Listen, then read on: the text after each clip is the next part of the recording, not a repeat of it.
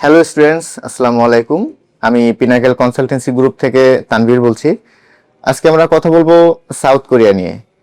আহ, বর্তমান সময়ে বাংলাদেশি স্টুডেন্টদের জন্য সাউথ কোরিয়া কিন্তু অনেক জনপ্রিয় একটা ডেস্টিনেশন এবং সেটার বিভিন্ন রকম কারণ রয়েছে। প্রথমত, সাউথ কোরিয়াতে যে যাওয়ার জন্য কিন্তু আইএলটিএস ম্যান্ডেটরি না।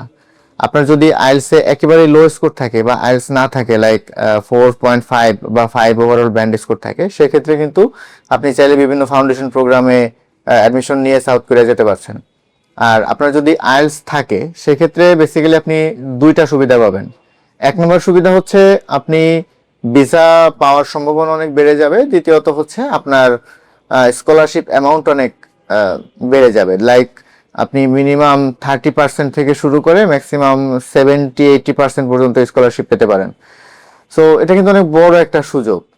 সাউথ কোরিয়া যাওয়ার বেসিক্যালি মানুষের প্রথম টার্গেটই থাকে অনেক কম খরচে, একেবারেই লো একটা টিউশন ফিস রেঞ্জের মধ্যে একটা কোয়ালিটি এডুকেশন। যাই হোক, আজকের ভিডিওটা একটু বড় হবে কারণ আমি সাউথ কোরিয়ার টিউশন ফিস, স্টুডেন্ট হিসেবে ইনকাম রেঞ্জ এবং লিভিং কস্ট সবকিছু আমি ইন ডিটেলস আপনাদের সাথে শেয়ার করব। পরবর্তী প্রসঙ্গে আসি, সেটা হচ্ছে ভিসা রেশিও। ভিসা রেশিওটা বাংলাদেশি স্টুডেন্টদের জন্য অনেক বড় একটা ফ্যাক্ট, কারণ আমরা জানি বাংলাদেশ থেকে কিন্তু বেশ কিছু ডেস্টিনেশনের ভিসা রেশিও অতটা ভালো না, এবং কিছু ডেস্টিনেশন আছে যেগুলোতে খুব ভালো বর্তমানে ভিসা হচ্ছে। তার মধ্যে হচ্ছে সাউথ কোরিয়া একটা। আপনার যদি পেপার ডকুমেন্টস সবকিছু ঠিকঠাক থাকে, আইএলটিএসে ভালো একটা স্কোর থাকে, তাহলে কিন্তু সাউথ কোরিয়ান এম্বাসি খুব বেশি একটা ভিসা রিজেক্ট করতে চায় না। কারণ ওরা কিন্তু বাংলাদেশের রিজিয়ন থেকে স্টুডেন্ট নিতে চায়। বাংলাদেশি মানুষদেরকে ওরা মানে রাজনৈতিকভাবে সাউথ কোরিয়ার সাথে আমাদের একটা ভালো সম্পর্ক, এটা আমরা সবাই জানি। আমরা এটাও জানি ওরা কিন্তু প্রতি বছর বাংলাদেশ থেকে অনেক ভালো একটা অ্যামাউন্টের ওয়ার্কার রিক্রুট করে থাকে। সো স্টুডেন্ট ভিসায়ও কিন্তু বাংলাদেশ থেকে অনেক স্টুডেন্ট বর্তমানে সাউথ কোরিয়া যাচ্ছে।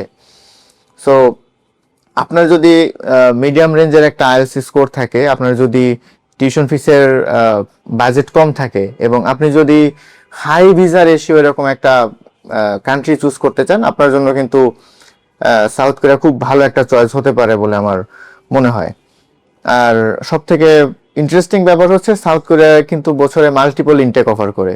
সাউথ কোরিয়ান ইউনিভার্সিটিসগুলো, লাইক যেমন আমরা জানি যে ইউরোপের কিছু দেশ আছে যেগুলোতে সেপ্টেম্বর ছাড়া আর কোনো ইনটেক পাওয়া যায় না কিছু ইউনিভার্সিটিতে, বাট সাউথ কোরিয়া কিন্তু এরকম না। আপনি কিন্তু যখন চাইবেন তার থেকে 2-3 মাস 4 মাস পরেই একটা ইনটেক আপনি পেয়ে যাবেন, এবং মোটামুটি সারা বছর ওরা ইনটেক অফার করছে।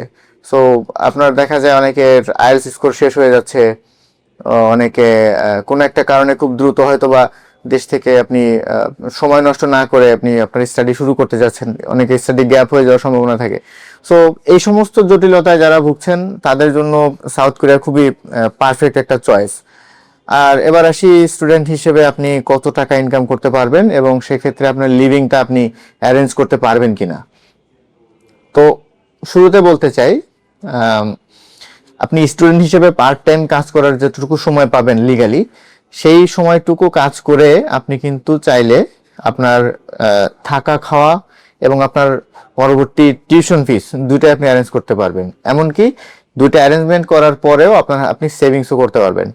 কারণ আমরা জানি সাউথ কোরিয়াতে কিন্তু অনেক টাকা ইনকাম করা যায়। বলতে গেলে ওয়ার্ল্ডের সব থেকে বেশি টাকা যদি আমেরিকার পাশাপাশি আর কোনো কান্ট্রিকে কম্পেয়ার করা হয়, সেটা হচ্ছে সাউথ কোরিয়া, যে কাজ করে ইনকামের যে বিষয়টা। আর এছাড়া হচ্ছে সাউথ কোরিয়ার লিভিং কস্ট কিন্তু খুব কম। অনেকে রুম শেয়ার করে থাকে, অনেকে অ্যাপার্টমেন্ট শেয়ার করে, বা অনেকে বন্ধু বান্ধব মিলে যায়, গিয়ে একসাথে থাকে, সেক্ষেত্রেও কিন্তু তাদের খরচটা আরো কম।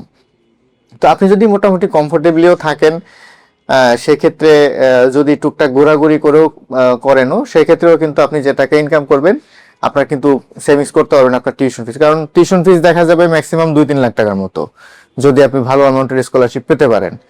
তো সবকিছু মনে হয় যে এত সুযোগ সুবিধা অফার করার পরেও অনেকে দেখা যায় যে কনফিউজ থাকে যে আসলে সাউথ কোরিয়া কেমন হবে, বাট আমি বলবো যে বর্তমান সময়ে বাংলাদেশি স্টুডেন্ট হিসেবে আপনার যদি একটা সেফ অ্যান্ড সাউন্ড এনভায়রনমেন্ট, মানে যেখানে গেলে আপনি সেফ থাকতে পারবেন, যেখানে যে কান্ট্রিতে কোনো রেসিজম নাই, মানুষ সবাই ফ্রেন্ডলি, এবং দেখা যায় যে অনেকে অনেক জটিলতা ফেস করেন।